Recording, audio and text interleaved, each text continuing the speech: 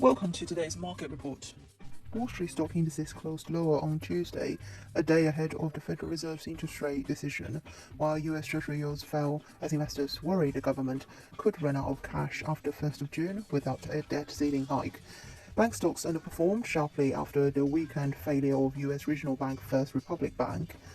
Energy shares tumbled as oil price fell 5% to a 5-week low on concerns about the economy as US politicians argued about how to avoid a debt default and investors prepare for another interest rate hike this week. The dollar index dipped after disappointing US data a day before that. The Fed is expected to hike rates by an additional 25 basis points and give guidance on whether it plans to raise rates further in June.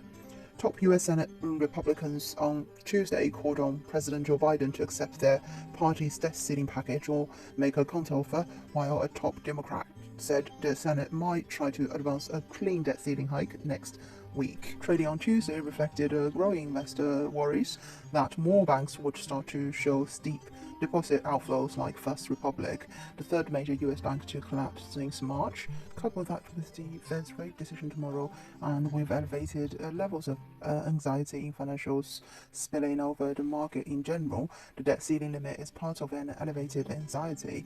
The Dow Jones fell 1.08%, the S&P lost 1.16%, and the Nasdaq dropped 1.08%. MSCI scheduled stocks across the globe shed 0.96%, emerging market lost 0.26%.